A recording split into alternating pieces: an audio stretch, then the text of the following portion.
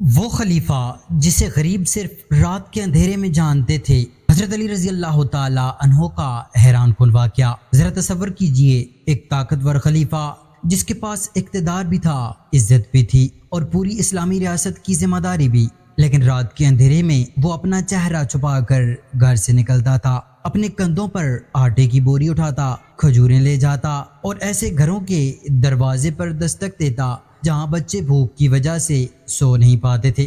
حیرت کی بات یہ ہے کہ بہت غریب لوگوں کو یہ بھی معلوم نہیں تھا کہ ان کی مدد کرنے والا شخص مسلمانوں کا خلیفہ ہے۔ لیکن سوال یہ ہے کہ آخر حضرت علی رضی اللہ تعالی عنہ اپنی شناخت کیوں چھپاتے تھے؟ وہ رات کے اندھیرے میں یہ سب کیوں کرتے تھے؟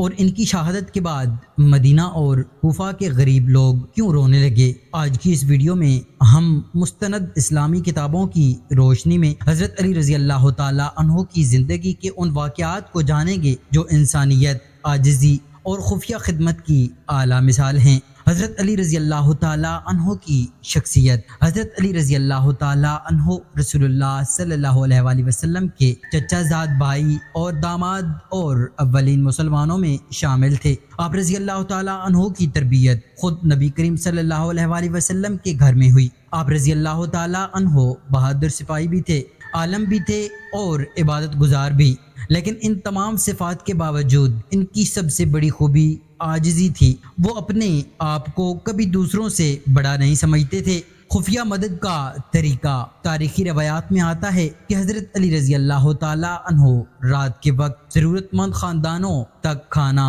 اور ضروری سامان پہنچاتے تھے۔ وہ کوشش کرتے تھے کہ کوئی انہیں پہچان نہ سکے۔ ان کا مقصد صرف اللہ تعالیٰ کی رضا حاصل کرنا تھا۔ قرآن مجید میں بھی خفیہ صدقہ کرنے کی فضیلت بیان ہوئی ہے۔ ترجمہ: اگر تم صدقات ظاہر کرو تو یہ بھی اچھا ہے، اور اگر تم انہیں چھپا کر فقیروں کو دو تو یہ تمہارے لیے زیادہ بہتر ہے۔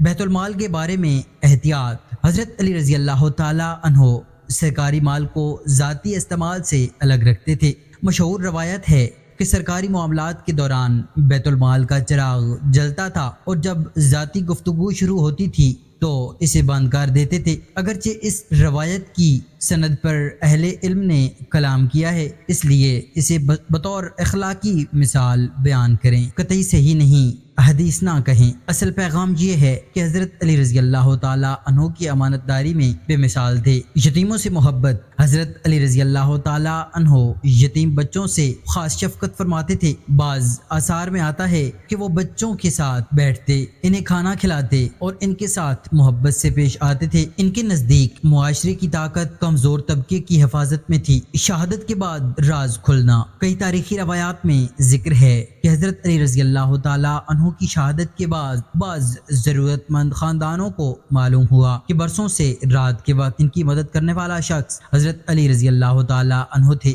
جب یہ سلسلہ رک گیا تو لوگوں نے پوچھنا شروع کیا کہ وہ نامعلوم مددگار کہاں چلا گیا۔ تب حقیقت سامنے آئی۔ حضرت علی رضی اللہ تعالی عنہ نے ہمیں یہ سکھایا کہ اصل نیکی وہ ہے جس کا مقصد شہرت نہیں بلکہ اللہ تعالیٰ کی رضا ہو۔